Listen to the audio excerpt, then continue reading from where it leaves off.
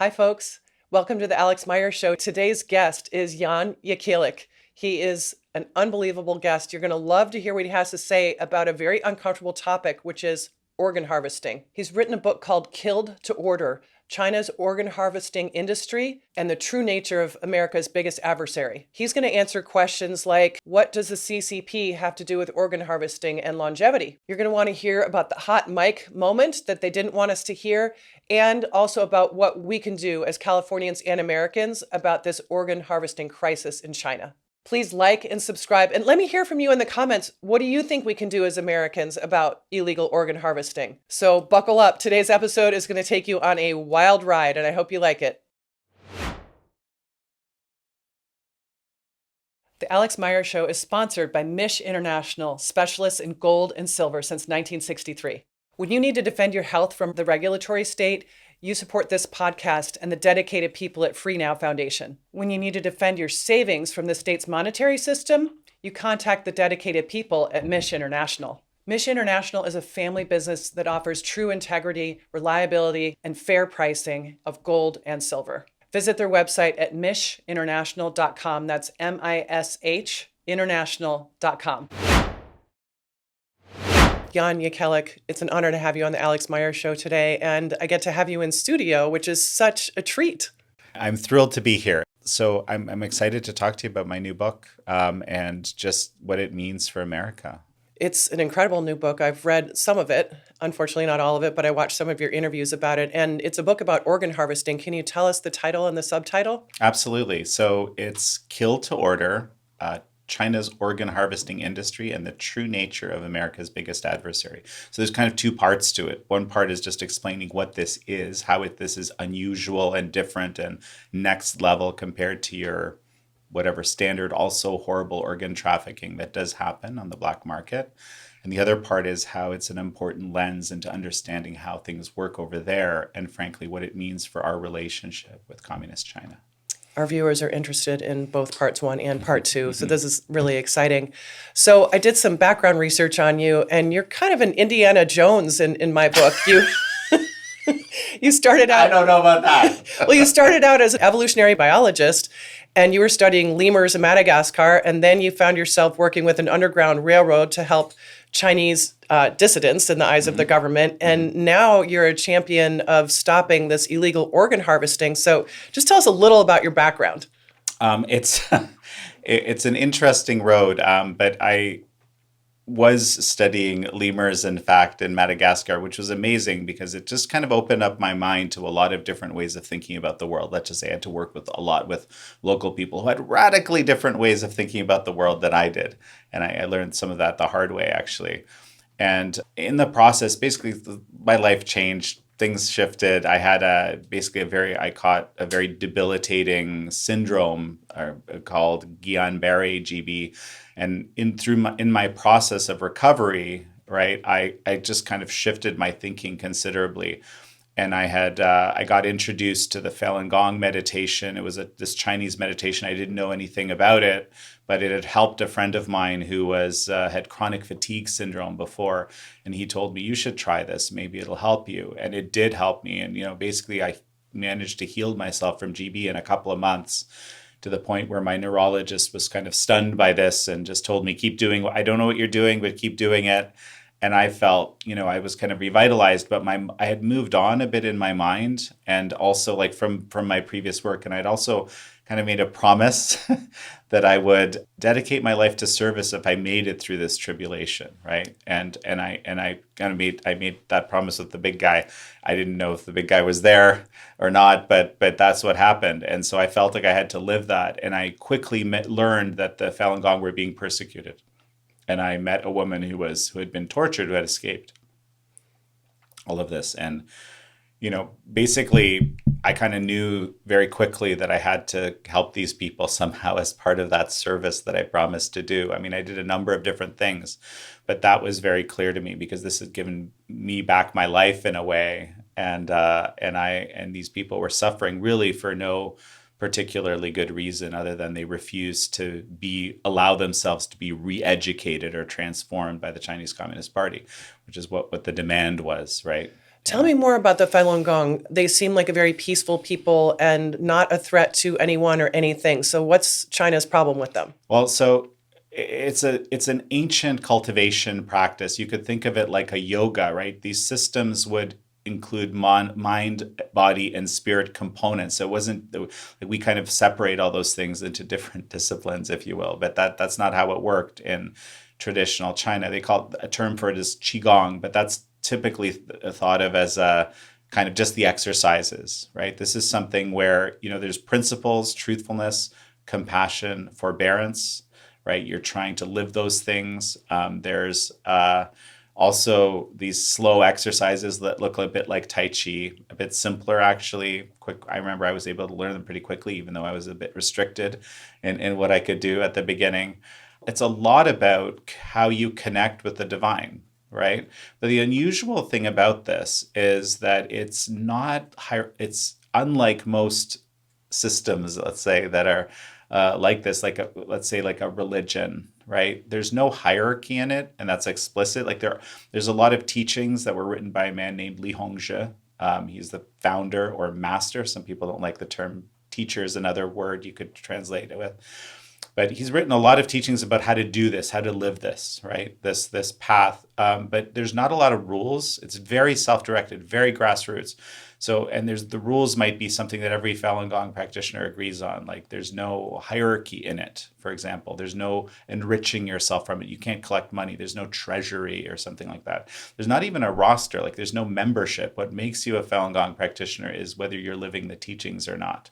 You're not joining a group. And there's no one to really tell you what to do. The teachings are there to be, and also, of course, a lot of Falun Gong practitioners will hold Li Hongzhi in very high esteem, right? But there's no like worship. Some people feel like they need to do that kind of thing. Not in this system. That's not. And so, in effect, it's very interesting because the population of people in China that were doing this by the end of the 90s was 70 to 100 million people, and across all walks of life, right? Like all the way from like high level Communist Party cadres to like migrant field workers and everything in between. So it was really like this grassroots thing that crossed all of society, and like 1 in 13 Chinese were doing it. And, there were more of people doing it than there were Communist Party members. And the dictator at the time, Jiang Zemin, decided that he was going to, eradicate it, to use his language. And that didn't, by the way, mean kill everybody, right? Like it meant use these systems of repression. The Communist Party has perfected over decades it's called struggle, right? And you sort of, it's re-educating people, transforming people, making them, if someone doesn't fulfill the requirements of the given day, because the party requirements can change rather dramatically from time to time, but you have to submit yourself to that. If you don't, you can be, go into this re-education process, which is really breaking you, right? And until you say, yes, of course, the Communist Party is right. I was wrong. I'm a bad person. And you have to kind of help re-educate others. I hate this term, right? Because really it's breaking people, right? It turned out with the Falun Gong that they were unusually resilient to this process, right? And so it created this massive persecution. They incarcerated million, and we don't know how many because it's all a state secret, but 1 million, 2 million, something like that, a huge number of people. And that's what set up this unique situation, right? Where you can have this forced organ harvesting happen. On the one hand, you're able to incarcerate a massive group of people. On the other hand, in order to justify a persecution of a group, and they've always done this with many groups over the years, you have to have the ability to control the information in the system, the propaganda organs, the media, so to speak. But really, they're just kind of tools of the state to disseminate what people are supposed to believe, right? And so they dehumanize these people. They demonize them, actually, like talking points straight out of 1930s Germany. That kind of stuff, right? And that, again, also, you need these kind of two elements, the mass incarceration, but also the getting the most of the population to think, oh, you're dangerous, or you're lesser than me, or you're somehow, because there's this quirk in our psychology when most people will not do horrible things to other people. their neighbor, for example. It's just not right to do that, right? And plus, we have some morality around that. But if you start believing that this person is dangerous to you or lesser than you or something like that, then you can start doing, it lets us, or at least accept the fact that bad things are being done to them. And that's unfortunately too many regimes in history have replicated this.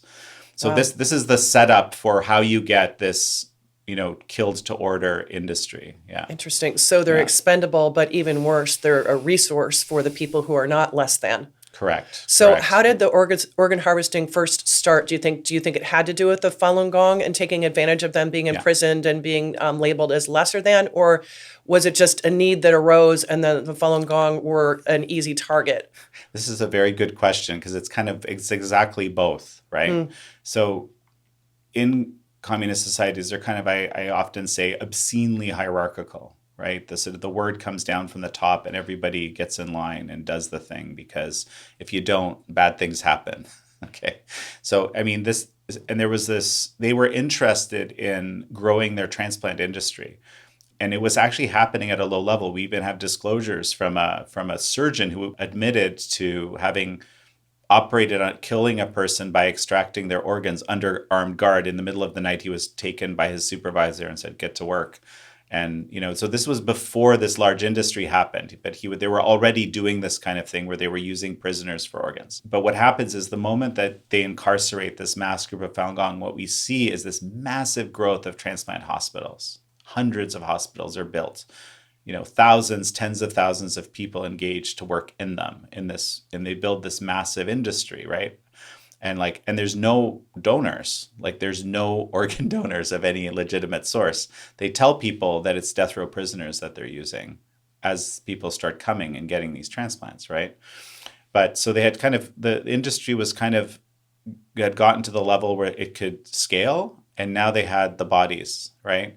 So they started blood typing, tissue typing, and organ scanning these people and creating a database of all of their vitals, right? In an ethical system, you have to have, a tragic, catastrophic accident. Catastrophic meaning that person's not coming back. A team looks at whether a person can be harvested from, and they think to themselves, is this person really not coming back? Because if they're totally dead, you can't transplant from that. If they're there's no circulation, total cadaver, that you can't. The organs degrade really fast. So you have to be okay, I'm pretty darn sure that this person is not coming back, and then say, okay, we can transplant from this person to a new person. That'll save a life. Okay.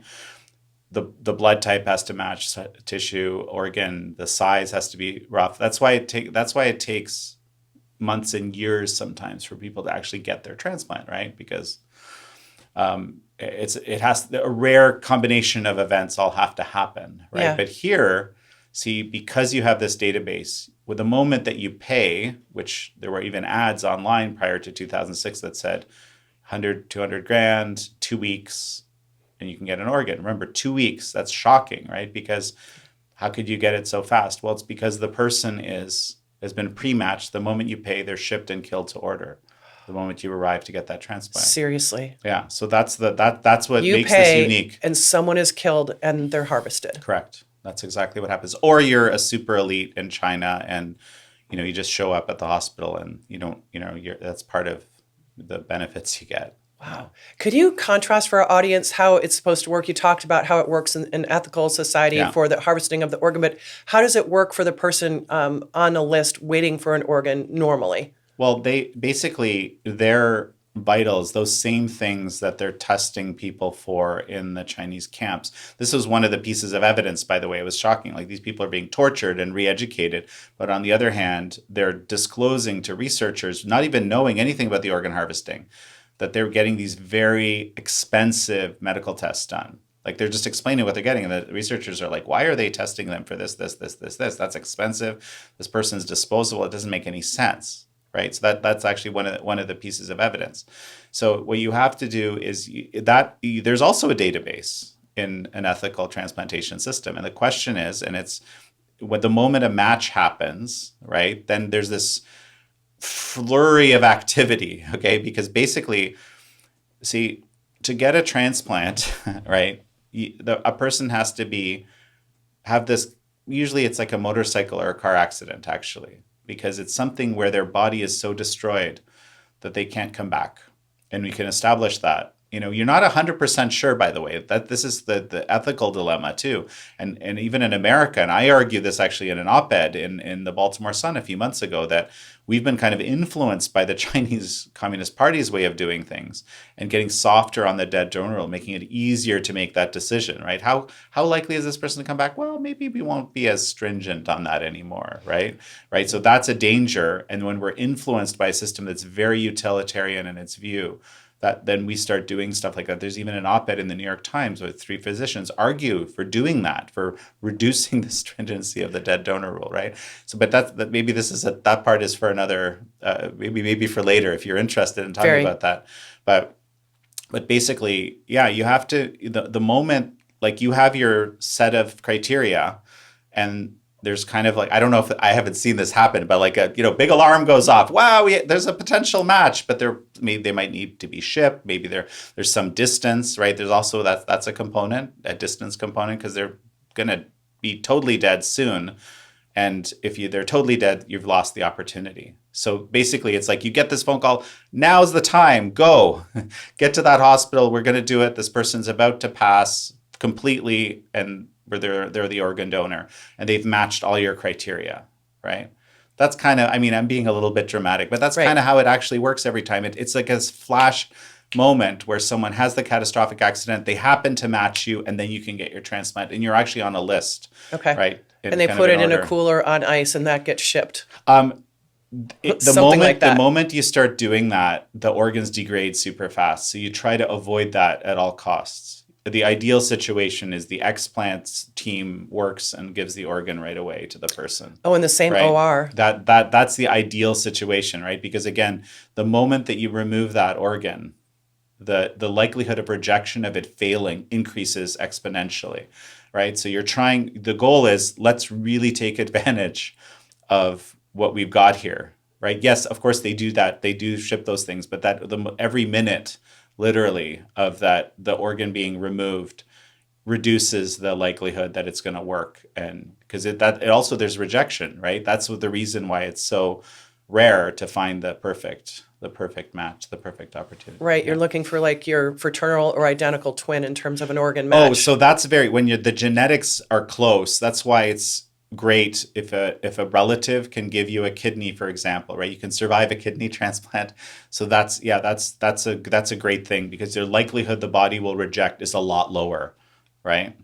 Yeah. And that's why, when you hear we recently heard some allegation of reading a research paper on, this is horrible, but in China, farming of children for organs, right? Like the moment I heard about that, I don't know the evidence yet. I'm just looking at it. I've been asked about it on panels, and I have my opinion, but kind of the incentives are all aligned, because if you have zero moral boundary and you just treat a person as disposable, you can have that mentality.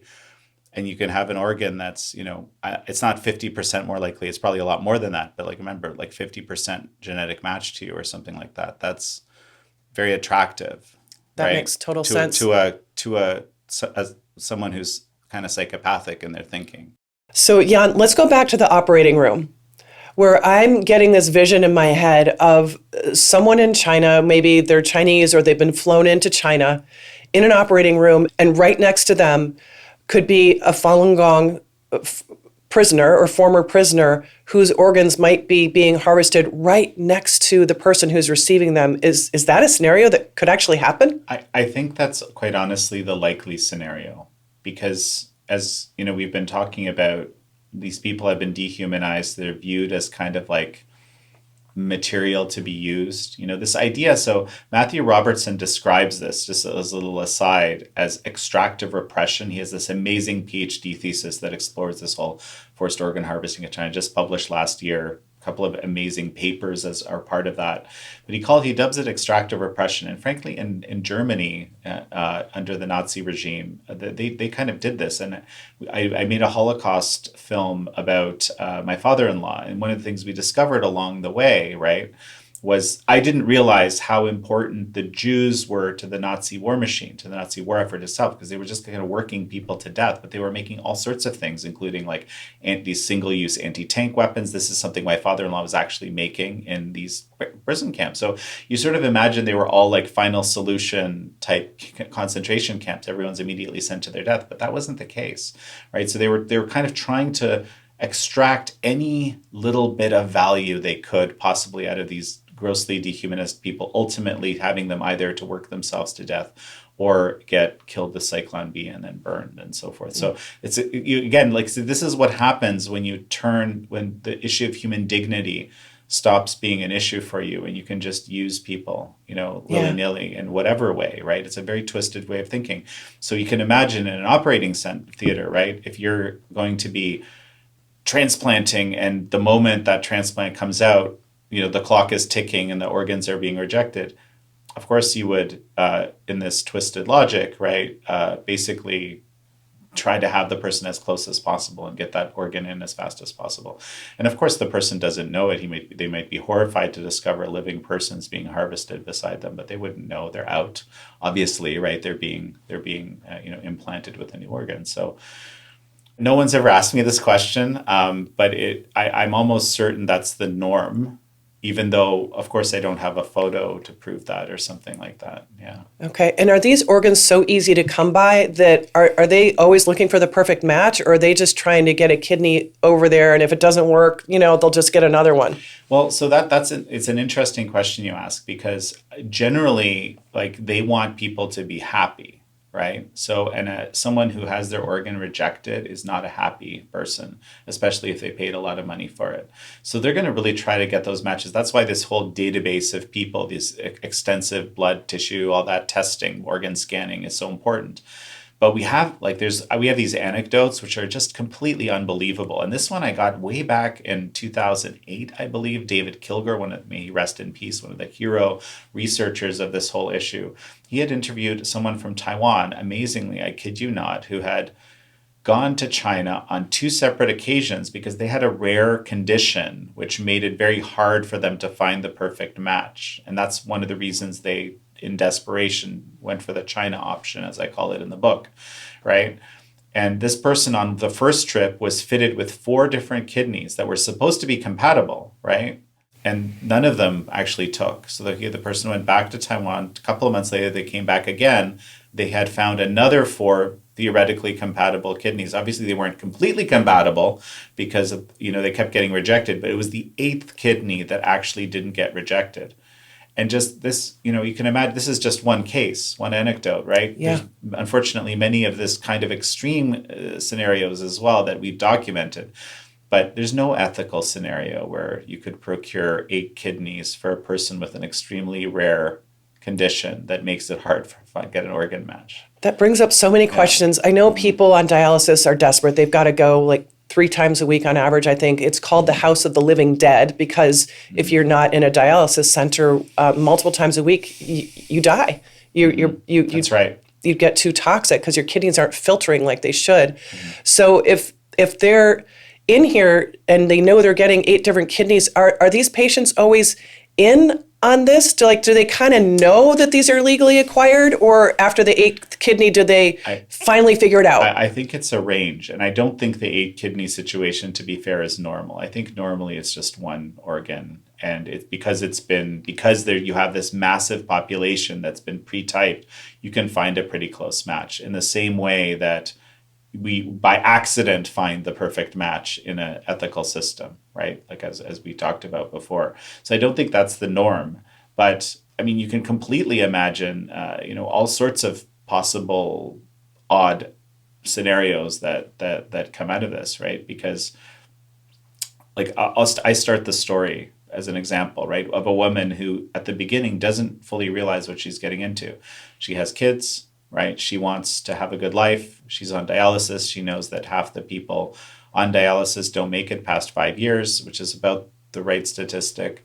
And she wants to live for her family. And she doesn't really think about it that much. She's not someone that is kind of in that realm. And so she goes and gets it done. And it's all, there's a little bit of a shady aspect, but she just tells herself that's a different culture, And then later she starts hearing about the reports, our reporting. She's a composite character, actually, brought together a whole bunch of different people who had, kind of real scenarios, right? And she thinks to herself, wait a sec, what is this? What did I do, right? Because I think there's a whole lot of reasons why some of the people are like this. If some people say, no, everybody knows. I don't actually think that's the case. I think the Chinese communists, they prey on people's desperation at that moment. You're thinking about living for your children. You're thinking about all sorts of things of that nature. You may be thinking, I'm ready to have someone killed for my organ. I know someone who admitted to me that they would do it, right? I was crazy. I think it was like 08 or 09. I was telling someone about this and they're like, if it was me, I might do it. Right? I was like, I can't. That's very honest of you, my friend, but you've changed how I view yourself. But, actually, I had a very thoughtful, deep conversation with Mike Rowe recently. I don't know when he's going to publish the interview. But he said, if it was my daughter, I mean, honestly, I might be pushed in that direction. And I was like, I might do it. And I was like, Mike, I don't think you would. I think I know you well enough. He's trying to be honest and think it through from the perspective of someone. I think there might be people like that. I don't think he's one of them, to be perfectly honest. I think he's just, a very deep and empathetic thinker, right? But so there's this whole range, right? And the other part is that we don't want to know. It's our natural. When I first heard about this, my mind didn't want to go there. I was like, no, this is not happening. I remember the thought process, right? You don't want to believe it. Right. You don't want to believe it. It's crazy that, so you add up not wanting to believe it. You add up the desperation. I think there's a whole, and then what do they tell you? They say, well, it's a death row prisoner. That's horrible. So some of us would agree that's horrible, but other people would be like, you know what? That person, that this is them paying their debt to society. Why not, right? And I can, so there's also, that's what they would tell you for many years in China. They would say it's a death row prisoner before they pretended to start an organ registry, which they didn't.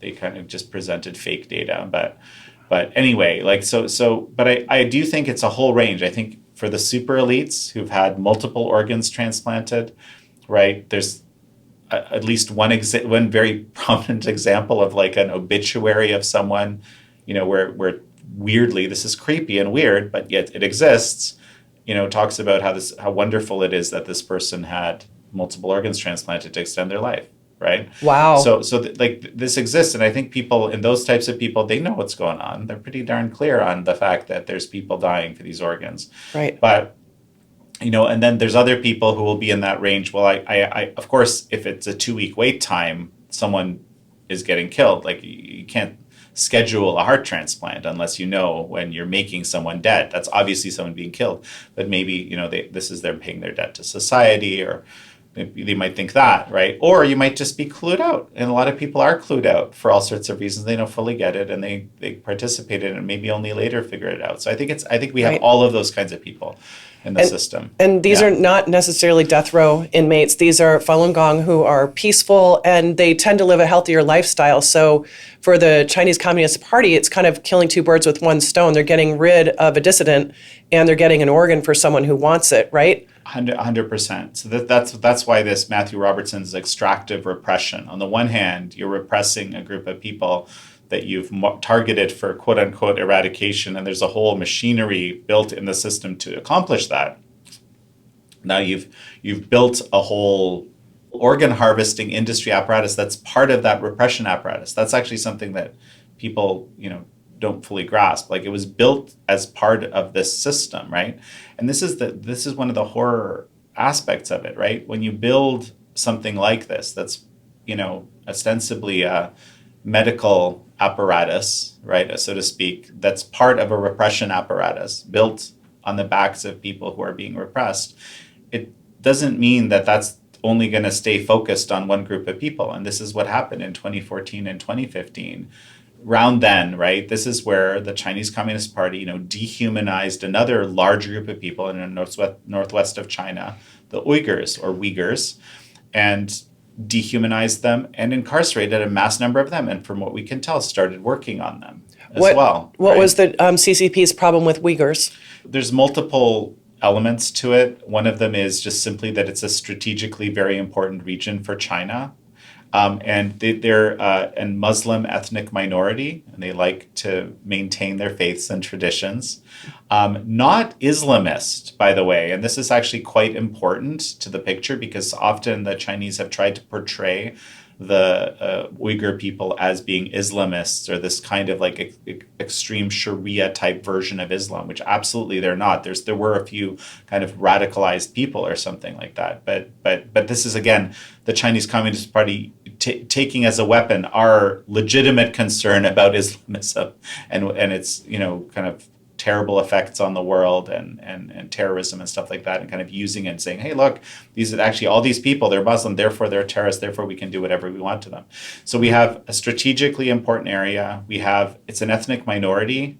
And the other part that a lot of people aren't aware of is that the Communist Party has been fueling this kind of Han ethnic nationalism to bolster its own power.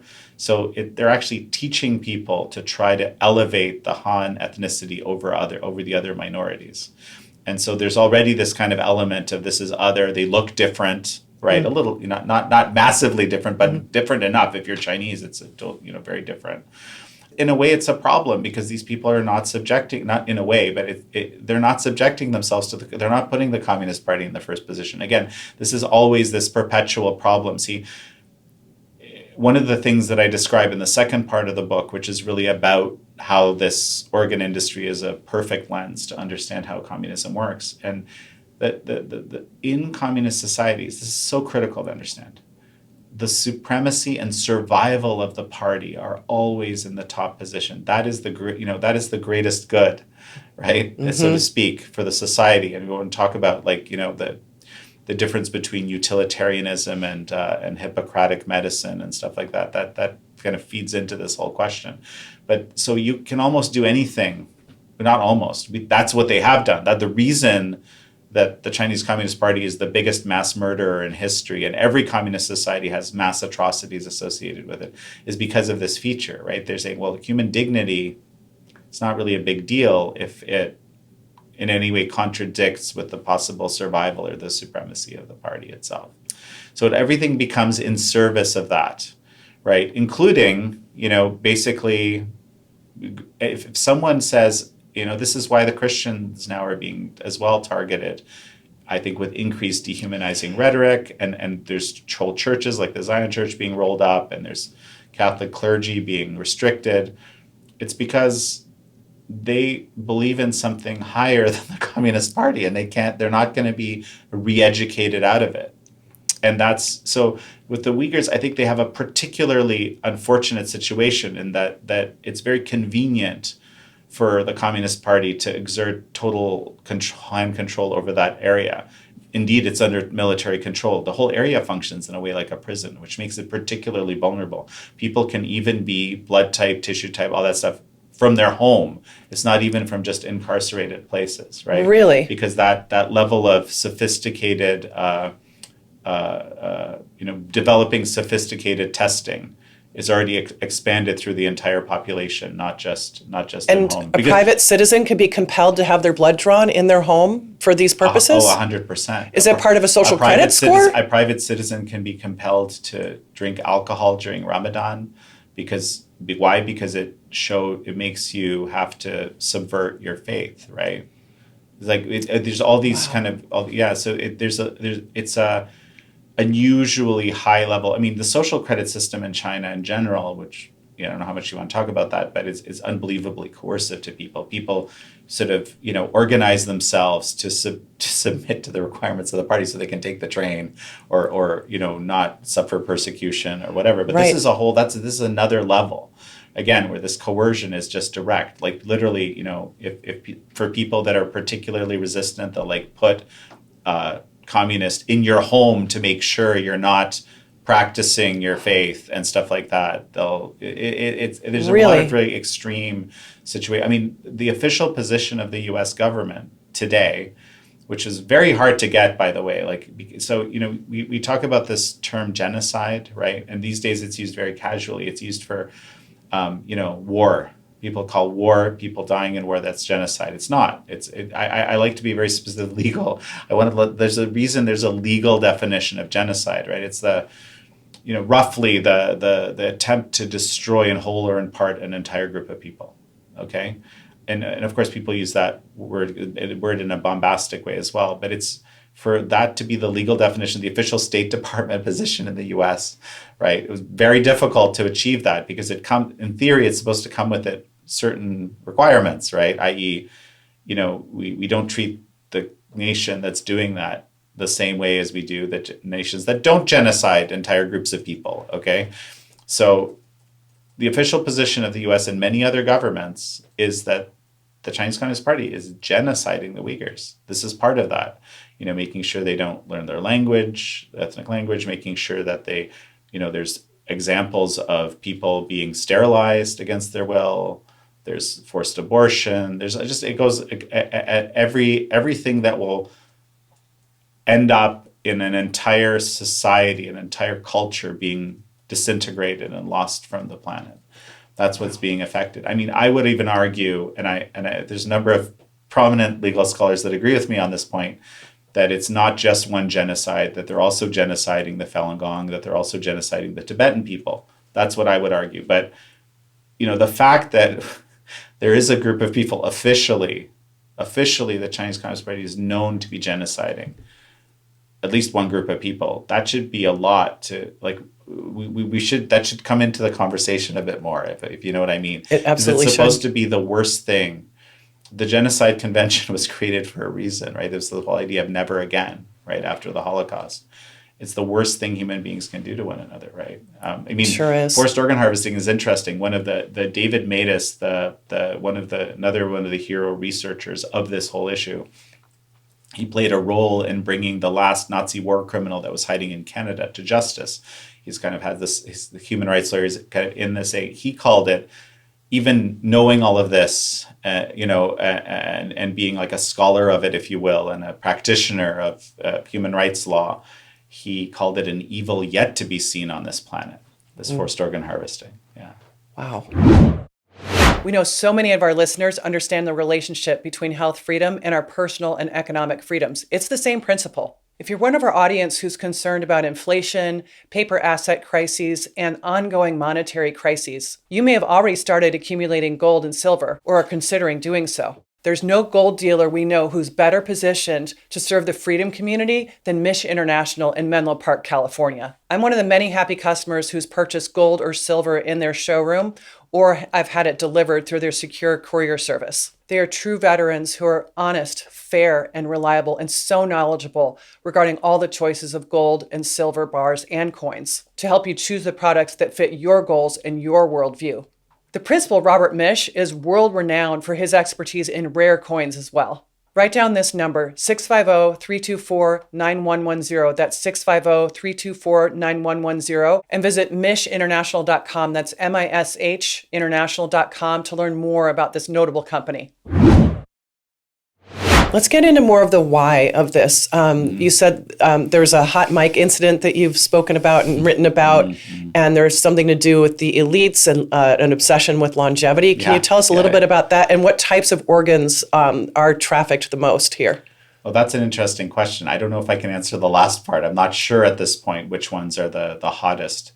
Maybe it's something I should try to figure out, get a handle on. But back in, maybe it was like 6 months ago, I have a terrible sense of the passage of time, but some months ago, my phone just starts ringing off the hook, or not really off the hook because we don't have hooks anymore, but it started ringing a lot.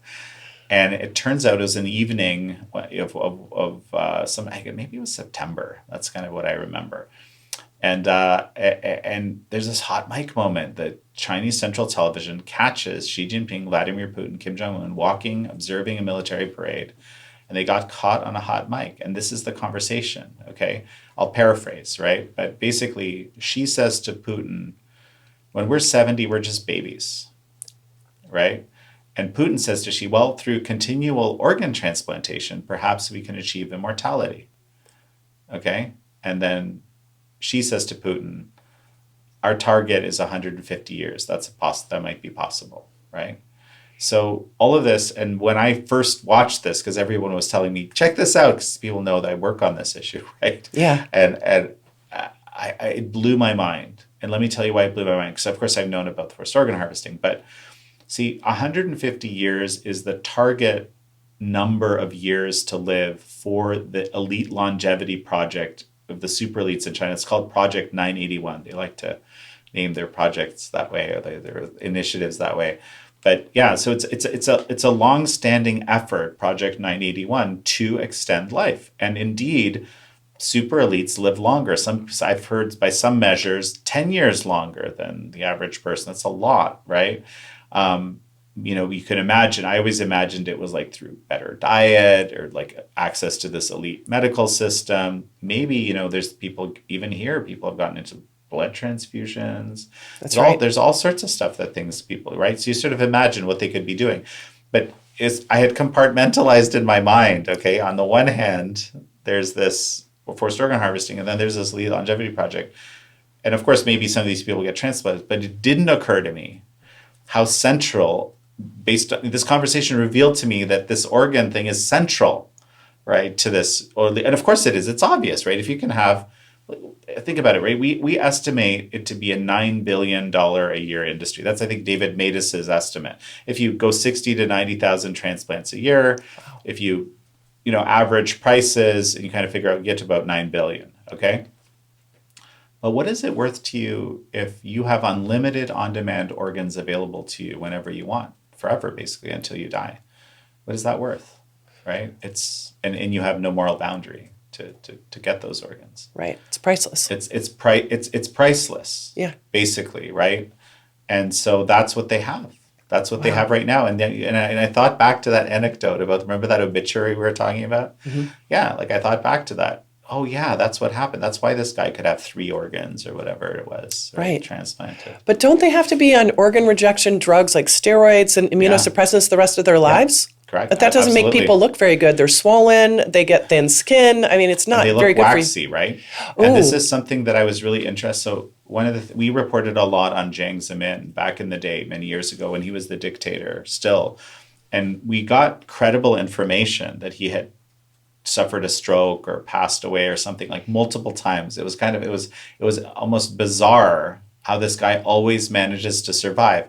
But one thing I did notice, right, and I didn't really think much of it until later, was that he did keep on getting this sort of weird, like inhuman, waxy sort of, he looked different, right? Over time, he turned into kind of more of this sort of, And I think it's a product of some of this. I'm sure of course, there's the effects of all these drugs are significant. Now, probably they're trying to balance that with other things, right? So they could have like a night job at Madame Tussauds Wax Museum? Yes. But they could move. Terrible joke, but yes. Sorry. Sorry. Yes. No. Listen, levity is so important. I mean, I'm just like, Rob Schneider and I are, we're when this comes out, we'll have already done our event at Trump Kennedy Center together for the book launch, but it's hard to figure out like what would be good jokes. He's managed to do it. Like when we started getting to know each other, he had this stand up, right? That I said, in China they have this forced organ harvesting. He goes into it, and it's really, I mean, it was very thoughtful and actually genuinely funny. I was like, I can't believe you actually figured out how to make a joke out of this year, because he's so smart, right? He helps people understand very difficult things through his humor. It's not just dick jokes, basically. Even though he's got a lot of those too, right? But no, he's a remarkable, thoughtful human being. And so like we're having this dialogue right now. What's really the best way to bring in a bit of this dark humor like you just did into the so they become into the waxy and they have somebody else's organ and they're on these transplant drugs and they think the lifespan could be 150 years. Do you have any idea how long they've extended people's lives as of now? That's their target. So I don't think they're there. But like, okay, I haven't seen, to be honest, any credible estimate, because all statistics that come out of China are propaganda. Let me explain what I mean by that. It doesn't mean that some of them might not turn out to be true, but that's by accident. Like the purpose of them publishing numbers is to influence opinion and how people think about things. Like they don't publish stuff because it might be true. Mm-hmm. That's not a thing in China anywhere, right? And partially it's also because of remember I talked about that sort of obscene hierarchical nature, right? So if you're in the hierarchy somewhere, you have to kind of deliver what the requirement is to the next person up. If you're delivering something that's off from the requirement, that's a problem. So you're going to go to great lengths to at least make it appear that what you're delivering is close to what's required, because otherwise you have to say, hey, I didn't do it. And that is seen very badly. Okay, so the system itself doesn't really understand its own numbers because of that in a lot of ways. Like an individual person, people often say there's three types of books for any like business or whatever. There's like the propaganda books, there's the real ones. And anyway, so it's a very weird that way. But when it comes to these big statistics, I would guess that the system, they can't even really know. They don't have a way of really knowing what they really are. They're just because they're all contorted to fit what the official requirements are. That makes sense. On top of the propaganda requirement, which is right. So it's just a mess. Yeah. It is a mess. I need to ask you some gory questions about how this is done, and I know it's different for each organ. And so I'm thinking of it as two categories, like somebody who loses their heart for this process is not going to live. Yeah. But somebody could survive if they take one kidney. Do they leave a lot of people alive with one kidney? And tell me more about corneas, because do those people get to live but they're blind, or do they do it in one eye? I just don't understand all this. This is a little bit of a black box, to be perfectly honest. Like I'll tell you some thoughts on it, but like imagine the scenario, right? The crime scene is an operating room. It's by requirement, scrape, make clean completely every time, right? Time after time. So it's a kind of a perfect crime scene. Makes it hard to get, like, that's why we don't have like photos. We have a survivor, Chen Pei-ming. That's a kind of a near miracle that such a survivor exists. And he's the guy who lost a kidney and part of his lung, and he's got a big scar on his side. Yeah. That itself is an amazing story. But we don't have people that are like in the room watching what's going on, right? The easiest thing, because these people are disposable, right, is to just if it happens to be a kidney, well, harvest what you can. Maybe there's multiple people. I imagine there's scenarios like that. One of the things is with the advent of ECMO machines, right? ECMO is a machine that replaces the heart and lungs. We believe that made it possible to harvest more from a single body, because for that reason, like you can plug someone in. It's used in the US, for example, if someone has basically needs to have some kind of work, like maybe they've had a heart attack, but you're trying to keep the brain working, right? But the heart is done. Like you can use an ECMO to keep circulation and everything going for a few days, right? So this is obviously useful for if you're doing this kind of transplantation. Maybe you can transplant, maybe you can use one body for multiple people, but we don't know exactly what's being done. We just know that they bought a heck of a lot of ECMO machines.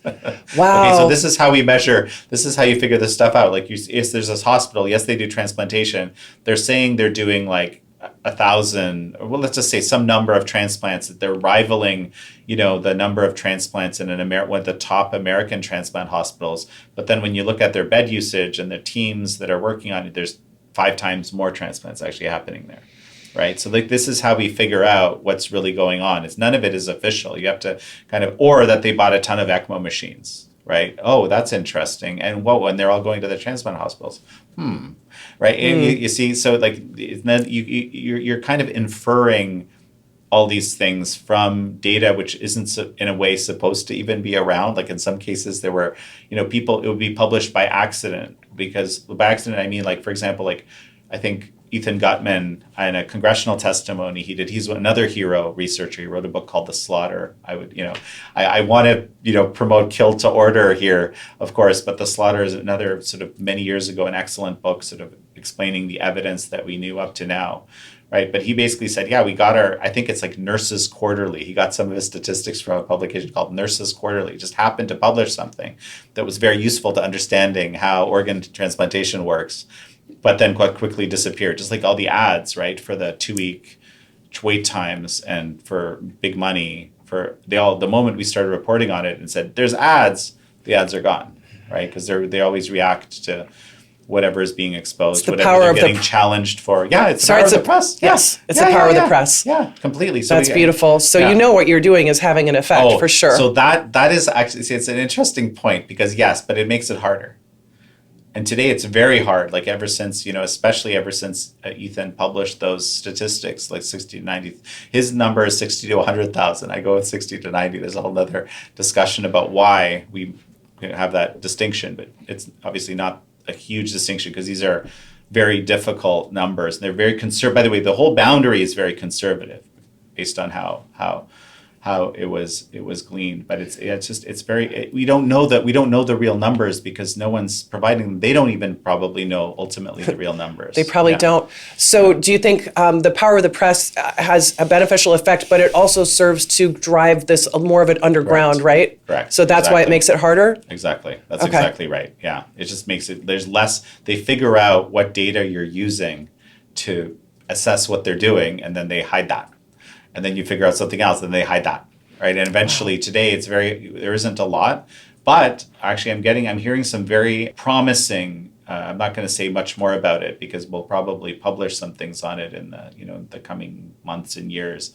But somehow you can also you can use AI to hunt through massive amounts of data that you've scraped that just kind of by accident gets revealed. This happens all the time, actually, for everybody. Mm-hmm. Right? This is how some of the hacks that we hear about, like Social Security and stuff like that. Some of them, I don't know the specifics around them, but they are not actually hacks. They're just like an error that was made, that a whole bunch of data was revealed that should never have been revealed because of a bug in the system or whatever. And someone was around and happened to notice because they're hunting through these data set systems for something that pops up, and suddenly, boom, they've got this great data, and then they try to sell it and or use it for nefarious purposes. So we can actually use that same technique for good, looking through Chinese data that's just sort of coming out through the system. You're not hacking anything, you're just scraping stuff. But then you're like, wait a second, I have something on organ hospitals, or I'm not going to say any more, like I said, because I don't want them to know where we're looking. So, but you do have these specifics, and yet I feel so helpless as an American. It's not like I can start a petition to China and say, hey, you guys stop this, right? That's not going to work. What can we do as American citizens to stop this? I talk about a lot of different things in the book, but I actually put it and we have a summary and an appendix precisely for this. For someone that's like, I feel like I need to do something, I got 2 pages for you. At grassroots level, state level, federal level, municipal, every level. Okay, why? So this is one of these issues where awareness is really king. This is part of, I feel like our collective consciousness is ready to kind of understand what is happening. For years, it was just very hard to even talk to people about it. Basically, people would kind of clue out in the middle of conversations about this. Today, people are more like, this is horrible. What can I do? That's great, right? That I kind of been waiting for this moment for 20 years in a way, right? And so, and that's why the book is already in pre-sales. It's a bestseller in a few different sections: Asian politics, communism, socialism. I mean, it's amazing. Congratulations! I hope we can sort of really blow it out of the water. It's really a fabulous book. It's so well written, so well researched. Thank you so much. Yeah. No. So I feel like the awareness part is really king, because it's one of these things, it's a no-brainer. It's the most non-partisan thing you can possibly imagine. Don't forced organ harvesting bad. We should not participate in forced organ harvesting in any way. Yes, everyone can, almost nobody, the Falun Gong Protection Act, which I hear the name might be changed slightly in the future, but it's not just protecting Falun Gong, by the way. It protects anybody who could be a victim of forced organ harvesting.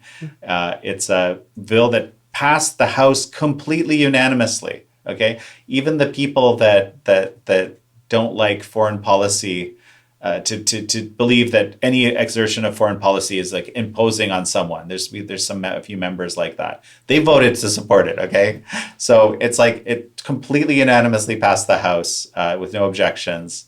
Then it's now in the Senate. And what does it do? It says America should have a policy of not participating or cooperating around transplantation with China for obvious reasons. It sanctions people that are involved in it. And that actually works to save a few lives, because those people, many of them have exit strategies to America and European countries as well. But if you have one of these exit strategies, it might be easier for you to just stop being involved in forced organ harvesting than risk when the whole thing collapses and you want to, have your family and cash outside somewhere in America, let's say, that makes it just easier for you to do that and not be on a forever blacklist, because that's another provision of that bill. Wow. So there's two federal bills. There's another one called the Stop Forced Organ Harvesting Act, which is a more broader organ trafficking around the world, but with a focus on China, identifying it as this particular egregious, extreme organ trafficking. So both excellent bills, could be passed very easily in the Senate. I'm sure the president would sign them. Again, it's kind of a no-brainer. It's shocking how horrible this is, right? It really is. So that's federal, but at every level, yeah. Talk about the ways of seeming more ethical ways to get organs. Like, what about Canada's MAID program? Is that more ethical, or are there issues with that? What about like a social credit score society where you'd earn points for donating an organ, after which you can continue living? So obviously that wouldn't work with heart transplants, but can you talk about seemingly more ethical ways? You have to be very careful about how the incentive structures work, because there's a lot of second order effects and a lot of perversions that happen. Quite honestly, the whole MAID thing in Canada is a disaster.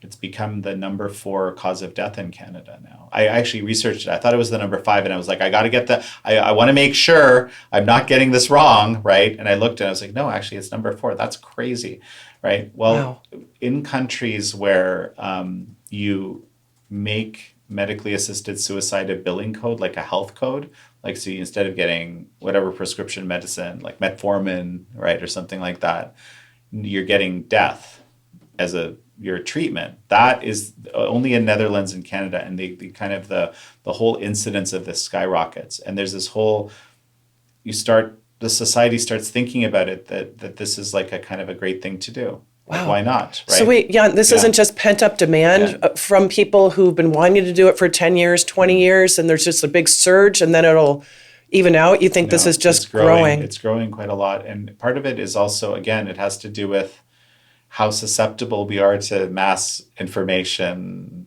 efforts and propaganda and so forth. Like, so with the organ harvesting, you can imagine very easily a situation where, right now they're loosening the restrictions on what you need to have as a problem to do MAID, right? Before it was like, basically you have some, extreme condition that has a lot of pain and stuff like that. You can kind of imagine it, right? That might make sense. But then it's like, well, what about mental illness? Well, let's look. Maybe we should. Why shouldn't we? Like, why should we not allow people with mental illness to make that? I mean, I can think of lots of reasons, but that's the thinking. And that gets more qualitative. Well, 100%. And now you can imagine, right? People, let's say you're just a regular person, you're older, and your family, we don't have our tight-knit family structures anymore. So you're living alone. Maybe your kids are paying for your, place or something. And you're like, and you have like a O blood. So you're more compatible with a lot of people for organs, right? And so you think to yourself, you know what? I'm not really seeing my kids. I'm kind of making them pay for me. I'm not really contributing much to society. I could contribute my organs to society. A young person could live when I would die. Doesn't that sound great? And I could be benevolent, and you can even imagine campaigns in the media that would say, hey, listen, hey, everybody, like, here's something you can do for the country, Wow. So, wow. As an act of patriotism. Or whatever. Exactly. But the point is that this type of stuff can spiral really, really fast. I'm really concerned about that system. And there's even an example that I'm aware of where someone who got mated was actually used as an organ donor. I think even in the US, I think it was the case. So like this, it's a very dangerous road. It sure and is. I think but it's also this kind of utilitarian way of looking at the world. And this is a central part of the book, right? That the Chinese Communist Party instrumentalizes everything in medicine, right? It's not about Hippocratic medicine where I am looking at you as a medical practitioner. I have to do the best I can for you, for your unique set of realities. And also I have to try to make sure that I don't do something to you that might harm you, right? I want to minimize that with whatever intervention I use, right? And so I have to figure all that out, and I'm going to give you the best treatment. And then the sort of emergent property of all of these medical practitioners doing that is our medical system, right? The other side of it is the greater good medicine, which is basically like, it's okay if a few people perish if it really does help. I mean, this is what the people who are so-called benevolent thinkers are saying to themselves. They're saying, look, we've got this large population. Isn't it right? Like for the greater good of the large population, just because we might lose a few people, that's true, but that will increase for millions. It'll increase the life for, the better situation for millions. But the problem with that is that, what if you're that 0.1%? That's one major problem. But another one is, it's very easy. Who decides what that greater good is? And in communist societies, this is important for us even to understand, right? Absolutely. Not just over there, right? But in communist societies, the greatest good is, as I said before, the survival and supremacy on the Communist Party. And that's why you get atrocity every time, because they're like, well, yeah, just because, to famously Stalin, right? Saying, actually, people tell me it was Walter Duranty that actually said this, but to make an omelet, you have to break a few eggs. Right, to make we're going to make this big, beautiful society, but and there might get rough around the edges somewhere, but it's all for the greater good. Wow! Right, so it's a very dangerous way of thinking about things, and it's impossible to really truly calculate the cost benefit, and what's a human life worth, and what's somebody's health worth, and that's the question we ask all the time with the vaccine programs and the vaccine mandates. Correct. So. That's exactly right. That's a very real question, because it would be different if you disclose to people exactly what the possible costs could be, right? Exactly. But the idea was that if we do that, people might not want to do it. Right. So we won't disclose it, even to the doctors, really quite effectively. It's not. I don't think it's a very good way to do it. I think we need to be very transparent with people about I think so. realities. Well, and in California and probably other states, you can select to be an organ donor on your driver license. And that is not without problems sometimes, because there is an incentive to take the organs before somebody has truly expired, because it's a very lucrative thing. Can you talk about that?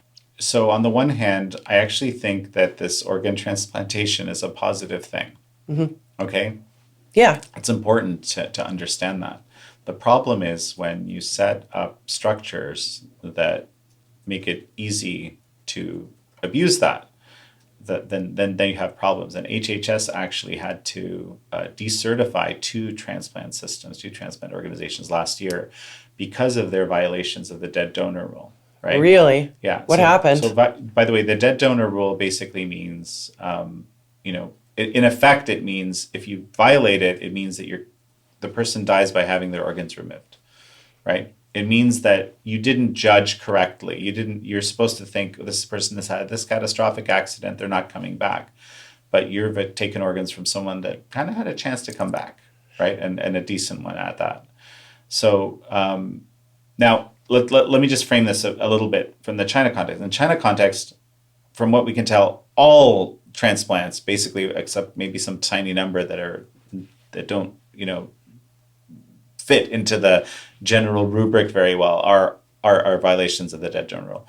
There's even a paper in the American Journal of Transplantations that some of these hero researchers did, which they looked at the published Chinese transplant literature, and they found 70 examples where they wrote into the scientific methods publicly available that they had violated the dead donor rule, that they killed someone by extracting their organs. And they don't even realize that because it's so normal. It's just the way that it's done, right, over there, right? So over here, it's thank God, right, grounds for having your organ system decertified, because there's always this tension, right? There's like some people are arguing, hey, this person is ready to have their organs removed, and there's other people who are like, no, this person still has a chance. That discussion happens with every organ donation, or should, right? In theory, that's the discussion, and then they decide, right? Actually, Dr. Joe Varon, one of the people who wrote the foreword for my book, one of the two forewords, actually, the kind of the medical foreword, if you will, he had a job on an explant team. Explants would be the people that remove the organs to put into another person. That's the explant team. At the end of it, he would be the final test, and he would have this device he puts into the lungs to kind of look in there. And if a person coughs, then they're not ready to be harvested, basically. Okay? That would be a sign, yeah. He said it was way too often for his liking that happened, that someone would cough. So that's actually part of the reason why he was so excited. He was like, Jan, I want to write, when he first heard of me writing this, I'm going to write the foreword. I was like, well, I guess you're writing the foreword, right? No, but I mean, it's brilliant. Like talk about hero doctors. I mean, how long did he spent like over 200 days basically continuous healing people during the early stages of COVID. I mean, just kind of like hero doctor, Truly. But anyway, it's a very dark place we go to when this is my kind of conclusion and this realization that this utilitarian bioethics, greater good, medicine view of the world actually is kind of epitomized in communism, right? The make an omelet, you got to break a few eggs idea, right? I didn't know that. I didn't realize that until I was writing this book in the first place, right? So because of our engagement, and I argue this in an op-ed some months ago, I think we were supposed to change them, make them more democratic, but that was a subversion. They weren't liberalizing, and they knew it. I'm talking about the communists, and I think they changed us, and they made us softer. And for years there's been this movement to have a more utilitarian view in the journals and so forth, right, in America. But this is kind of like, it's almost like I think they might even admire these utilitarians, that type of system, because it's for the greater good. That's right. So. Well, there are more and more signs of it all the time. I mean, COVID really cracked it wide open for Correct. Almost everyone to see if they were willing to see it. Correct. And it's so, but also, for me, it's the huge silver lining of COVID was it's going to sound really funny, but the mass policy failure. Like I kind of imagine someone would have to run the numbers on this, right? But I imagine that if random policy was effective, it would probably been better than the policy that was affected in general, in terms of unhuman life and flourishing and everything else. So it worked really badly for us. And I think a big reason was because of this utilitarian view, right? And not really thinking about this, I need to do everything I can for this each individual person that exists, that's part of our society. Right. That's our job. But the utilitarian view always involves overestimating the benefits and underestimating the harm. Because otherwise you can't hold a utilitarian view, because that equation won't work. And you have to have this cognitive dissonance for the utilitarian view to really work. That's really interesting. I hadn't thought about that. You're giving me a homework project here. That's okay, good. I think it sounds right to me. But I'm usually when I hear something that sounds very compelling, I usually try to think about it a little more. But I think that's right. It sounds exactly right. That you're always going to overestimate the benefits and underestimate the costs. Right. Yeah. And dehumanize those who are harmed, as is the case in China. And we saw a lot of dehumanizing going on when we were locked down for COVID. Oh, yeah. I mean, remember everybody saying, what should happen to the anti-vaxxers? They should be considered terrorists. And who else is going to be a terrorist next? The dark winter of the unvaccinated or whatever, like all this kind of stuff. It was terrible. My winter was great. No, but we have to watch out for this. See, this is the problem. I was very concerned during COVID, because when you start hearing this dehumanizing rhetoric, it's just such a common thing in history. And just look through your basic history books, right? This dehumanization aspect is really important part. It's a precursor to atrocity. It's very hard for that to happen, because you have to kind of somehow figure out that you're going to treat your fellow man as something different, dangerous, or less. And that doesn't happen just naturally. I do think that, we have these emotions like jealousy and, envy, and that can be taken advantage of for us to start thinking that way about entire groups of people. I'm worried I'm seeing some of that happening even as we speak today, right? The problem is when you have entities like the Chinese Communist Party, which literally weaponize that reality, right? That quirk of human nature, and just use it against us again and again and again and again. Right. They sure do. And there are Americans, just like your character May in the very beginning of the book, who will fall into it unwittingly and be a part of it and not even know. Well, and that's there's a really important chapter in there that it's about complicity, right, in the book. The Chinese Communist Party has become expert at making people complicit. And this is actually, this is an example of one way, because it's a common way in which they do it, just not necessarily with organ harvesting, could be with other issues. But now you've done it, you've participated in it, right? And you kind of don't ever want anyone to know, probably. Right. right? It takes a hero, real hero, to come out and say, I did this. It's a gang-like Right. mentality. Yeah. Where you've got to Yeah. commit a crime to be in the gang, and then it's your secret, and then they have you, they own you. That's right. That's right. And so like they actually set that. Imagine a society which sets that scenario up again and again in little ways. Sometimes not necessarily like an organ transplant way right away. It could just be telling on your spouse, but you might have to. Your daughter. They'll tell you, well, your daughter might. We want to make sure she's safe, so you better tell us what your spouse was doing last night. And now you've done it. You have to make the lesser of two evils choice, and you make the choice, you tell, but you've done wrong. And that's a way to control you too, because you're not only is it that it could be revealed, which of course you don't want, but inside that you've done something wrong, and they set that up again and again and again, and that's a way you control society. Right? Wow, so they back you into a corner to get these snitch situations going on. The snitch ones are classic. Like my mother literally, before she escaped from Poland in the 70s, was put in exactly this kind of a situation by her commissar, so to speak, and had to reveal her. She wasn't like this big activist fighting communism, but she was a passive resistor trying to not participate in the various horrible structures it had, but she was revealed when she was asked, so what did this person do last night? And she was like, you couldn't say no to the person because you can't ever say no to those people. I've been told you just don't do that. You can kind of, what she said was like, I'm just not made out to do this kind of stuff, and they're like, okay. But, they stripped her passport. She lost a lot of her benefits. She revealed herself to not be, compliant with the state. Wow, that's all it took. That's all it took, yeah. Unbelievable. Yeah. Wow, I mean, all the more reason to be appreciative. And communist China's a lot worse, by the way. Like, I mean, the Poles are angry with me when I say this, but I think like the communism Poland, just because of the nature of the sort of ordinary nature of the Polish cultural identity, I think Stalin knew that if he pushed too hard in Poland, that he would just have people, basically uprisings all the time, and he would have like bad PR. This is the best thing the communists are at, is propaganda. They convince you that they actually created that utopian system. How many people believed that during the Gulag and just the horrors of the Soviet Union, that actually it was great. There were all these people in America, like people went like for their weddings in the Soviet Union and like crazy. I mean, just like totally insane, right?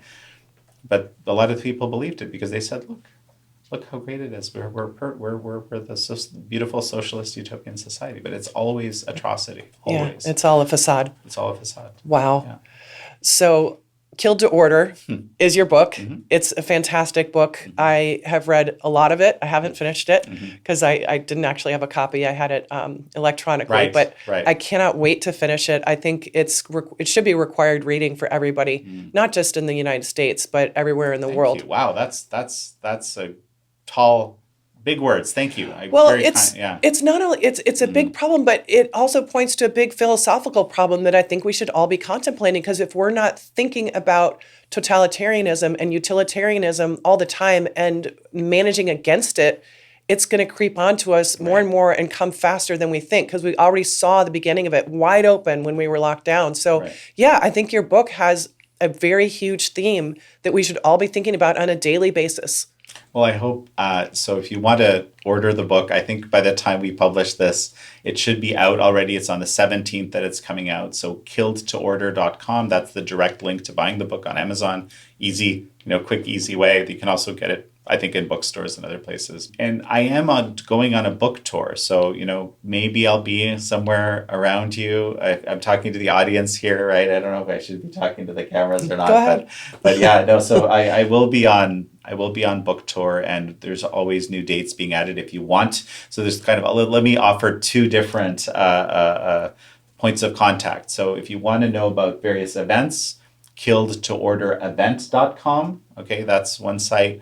And then if you want to just write to us and find out what's going on, or you want to get involved, you're not sure, that appendix, you still want to do more than what's in the appendix, or you just want to reach out, It's killed to order at protonmail.com. That's the contact address for anything related to this book.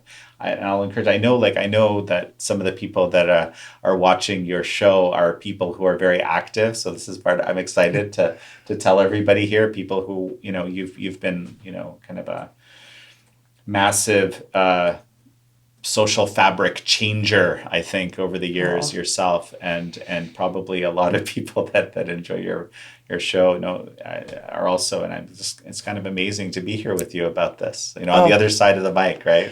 Yeah. Thank you. I'm involved with a lot of the best activists in California around a lot of very similar issues. So I know they're going to really enjoy this interview, and I can't wait for them to hear it. Thank you again, Jan, for coming on the Alix Mayer Show. It's been a real pleasure and joy. Thank you, Alex. It's been wonderful.